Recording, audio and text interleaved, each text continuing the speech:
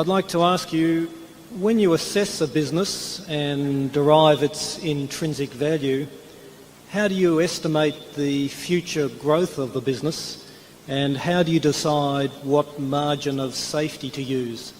Thank you. Is the future growth in what, Charlie? Well, I have difficulty understanding that question fully. He's talking about how do we combine our estimates of future growth with our passion for having a margin of safety. Surely you can handle that. Well, I can surely handle as well as you can. Every time he laterals them off to me, he calls those audibles. You calculate, I think you take all of the variables and calculate them reasonably conservatively, but you don't try and put too much windage in at every level. And then when you get all through, you apply the margin of safety. So I would say don't focus too much on taking it on each variable in terms of the discount rate and the growth rate and so on, but try to be as realistic as you can on those numbers, but with any errors being on the conservative side. And then when you get all through, you apply the margin of safety. Ben Graham had a very simple formula he used for just the most obvious situations, which was to take working capital, net working capital, and try and buy it at a third off working capital. And overall that worked for him. But that method sort of ran out of steam when the sub-working capital stocks disappeared. But it's the same thing we do in insurance. I mean, if we're trying to figure out what we should charge for, we'll just say, the chances of a 6.0 earthquake in California. Well, we know that in the last century, I think there have been 26 or so 6.0 or greater quakes in California. And let's forget about whether they occur in remote areas. Let's just say we were writing a policy that paid off on a 6.0 or greater quake in California, regardless of whether it occurred in a desert and did no damage or anything.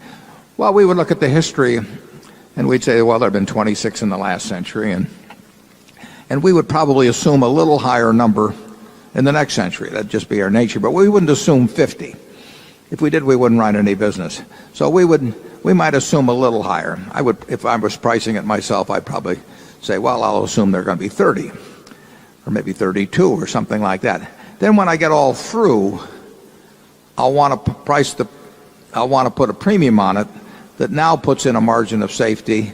In other words, if I figured the proper rate for 32 is $1 million, I would probably want to charge something more than $1 million to build in that margin of safety. But I don't want to hit it I want to be conservative at all the levels, and then I want to have that significant margin of safety at the end.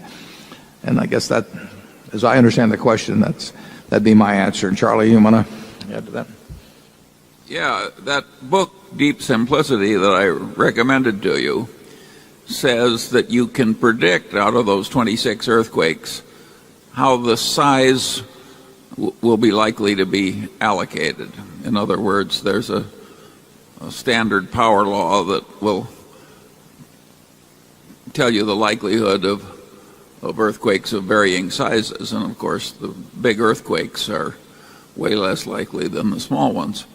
So you count the math and you know the applicable power law and you guess as to how much damage is going to.